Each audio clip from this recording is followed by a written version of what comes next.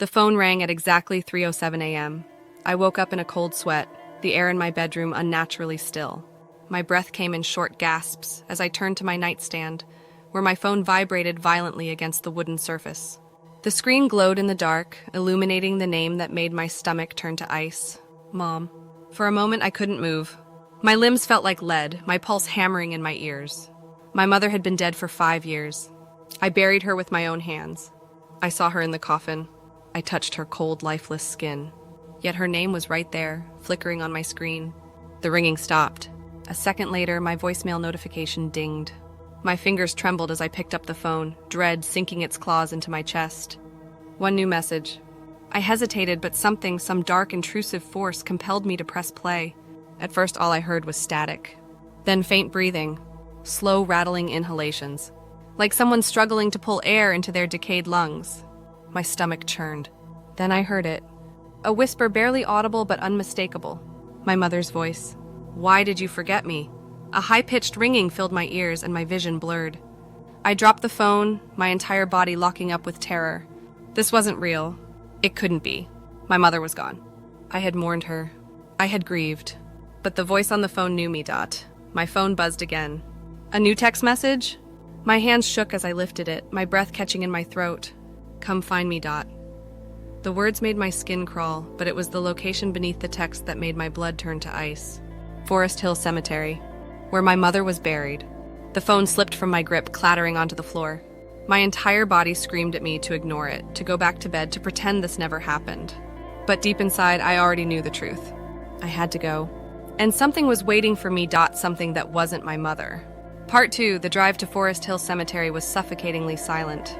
The roads were empty, the streetlights flickering like dying stars. My fingers gripped the steering wheel so tightly my knuckles turned white. Every instinct screamed at me to turn around, to go back home, to forget the voicemail, the text, all of it. But I couldn't. The last time I ignored something strange, I lost someone I loved. I pulled up to the cemetery gates, the iron bars looming tall and rusted with age. I killed the engine and sat there, staring at the gravestones barely visible under the dim glow of the moon. The place was dead silent. Then my phone buzzed. Another message. "You're late." My throat tightened.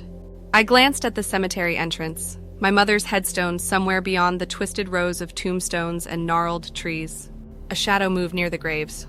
I froze, my breath catching in my throat. I squinted, trying to make out the shape in the darkness. A figure, standing unnaturally still, half hidden behind a crooked headstone. I swallowed hard and grabbed the flashlight from my glove compartment, stepping out of the car. The air was thick with the smell of damp earth and something else. Something foul. Rotten. As I passed through the cemetery gates, the rusted metal groaned. The figure was gone. I forced myself to move forward, my flashlight beam cutting through the dark. Gravel crunched beneath my shoes as I navigated through the maze of graves. Then I saw it. My mother's tombstone. The flowers I left last year were long dead, their brittle petals scattered by the wind. My heart pounded as I reached out, running my fingers over the cold stone. Something shifted behind me. I spun around, my light catching movement just beyond the graves. A dark shape just out of focus darted between the headstones. Not walking, crawling. A sharp inhale echoed in the silence. My breath hitched. I turned the flashlight toward the ground. Footprints. Fresh. Leading away from my mother's grave. My phone buzzed again. I slowly, hesitantly lifted it. One new voicemail. I played it. At first, silence. Then a wet, slithering noise. Like something being dragged. Then my mother's voice whispering, "I never left," a hand clamped around my ankle. I screamed. The flashlight tumbled from my grip, plunging me into darkness. The grip tightened, ice-cold fingers digging into my skin. I kicked wildly, scrambling backward as something began pulling me into the dirt. The ground beneath me opened up, a gaping black maw of earth swallowing me whole. Then, as suddenly as it began, it stopped. The hand released me, the dirt settled. The air went still. I gasped for breath, my hands clawing at the damp earth beneath me. I scrambled to my feet, heart slamming against my ribs. My phone screen flickered. A final message appeared. "You shouldn't have come," the voice behind me whispered. I turned and saw her. Part 3, she stood inches away. Her skin was wrong. Bloated, gray, sagging like wet paper peeling off bone. Her hair clung to her face in matted clumps, and her lips, those lips that used to kiss my forehead goodnight, were cracked and blackened, pulled back in a grotesque, rotting grin. But it was her eyes that paralyzed me. They weren't clouded like a corpse's should be. They were alive, wide, dark, and filled with something terrible, something hungry. Her mouth twitched. Then she spoke. "You left me here." The voice was my mother's, but not. Too hollow. Too distant. Like it was coming from somewhere deep underground. I tried to speak, but my throat clenched shut. My body refused to move, my limbs locked in terror. She took a step forward. The air stank, a putrid mix of damp earth and rotting flesh. The smell of something long dead trying to come back. "You forgot me," her voice warped, cracking like dry bones snapping in the silence.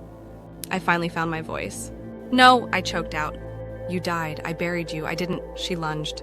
Her hands, ice cold and jagged with broken nails, clamped onto my wrists. My scream never made it out. Her grip tightened, bones grinding together beneath her unnatural strength. Then she pulled me forward. Her face was inches from mine now. I could smell the rotting meat between her teeth, the decay festering in her throat. A thick black fluid dripped from her lips. "Let me show you," she whispered. I tried to fight, but my body collapsed. My vision blurred, the world spinning, distorting. My legs buckled, and suddenly I was falling. Not onto the ground, through it. The earth swallowed me whole. I tumbled into blackness, my scream suffocated by dirt and rot. The weight of something massive and unseen pressed down on me, squeezing the air from my lungs. My skin burned with a freezing pain, and then I wasn't in the cemetery anymore. I was in a room? No, a basement. A single flickering light bulb dangled from the ceiling, casting long, shifting shadows across the damp concrete walls. The air was thick with the stench of mildew and something worse, something metallic. I turned, my breath shuddering, and saw them, bodies, dozens of them, lined against the walls. Some fresh, their skin still pink, eyes still frozen in the moment of their last breath. Others had been here a long time. Skin sunken, lips curled back in silent agony, their limbs twisted unnaturally. My stomach lurched as I staggered backward. Then I saw her, not the thing that attacked me in the cemetery. My mother, the real one, or what was left of her. She was slumped in the farthest corner, her body wrapped in the same clothes we buried her in. But her face, her real human face, was frozen in terror, because her mouth had been sewn shut. I couldn't breathe. My mind shattered under the weight of the impossible. My mother had died in a car crash. We buried her. I saw her casket lowered into the ground. Then why was her real body down here? My phone buzzed. A text message. I looked down, my hands shaking so badly I could barely read the words. "Now you see," the light bulb flickered. A sound slithered from the darkness beyond the corpses. A deep, wet breath. Something else was here. Something waiting. And I had just stepped into its home. The wet breath behind me grew louder. I didn't turn around. I couldn't. Every muscle in my body screamed to run, to claw my way back to the surface, but the horror of what I had just seen paralyzed me. My mother's real body, rotting in this basement, meant one thing. The thing in the cemetery wasn't her. And I had followed it here. My phone vibrated in my hand. Another text message. "Run." I didn't hesitate. I spun around and bolted, my feet slamming against the damp concrete. The light bulb above me flickered wildly, casting monstrous shadows on the walls. Behind me, something moved. A deep, wet scraping sound, like nails raking across stone. Then came the breathing. Faster. Louder. I didn't look back. A metal door stood at the end of the basement. Rusted. Locked. No time. I threw my shoulder against it with all my strength. The impact sent pain shooting through my arm, but I hit it again. And again. Behind me, a voice gurgled through the darkness. "Stay with me," the lock snapped. I tumbled forward into a pitch-black tunnel, the air damp and thick with the scent of rot. I didn't care where it led, I just knew I had to keep going. I ran through the tunnel, my breathing ragged, my heart pounding against my ribs. The walls grew tighter, the air heavier. And then I saw it. A faint glow. A way out. I sprinted toward it, lungs burning, legs screaming in protest. The breathing behind me turned into a shriek, an inhuman, guttural wail that rattled my bones. It was right behind me. I lunged forward just as something cold and clawed swiped at my ankle, but I made it. I hit the ground hard, rolling onto damp grass.